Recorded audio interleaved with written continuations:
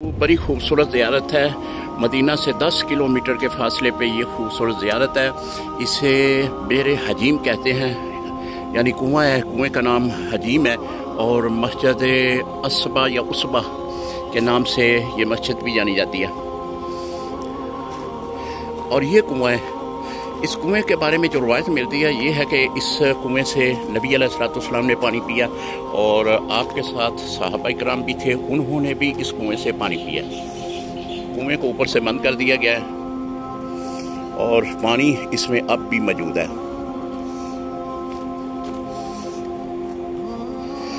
और इसमें जो इसके साथ मुत्सिल मस्जिद है वो ये है। ये आप देखें, पत्थर रखे हुए हैं, पत्थरों के निशानदही की गई है कि ये हदूद है मस्जिद की।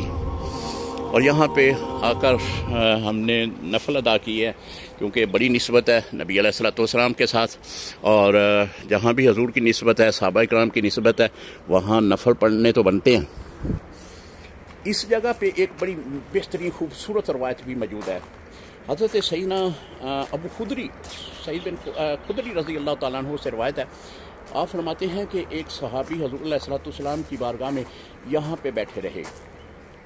रात थी, उस रात में जो है अंधेरा था, तो उन्होंने नबी अलैहिस्सलाम की बारगाह में ये बात अर्ज़ की कि या रसूल अल्लाह, मैं तो अपने घर जाना है लेकिन सख्त अंधेरा है, तो आपने एक खजूर की टहनी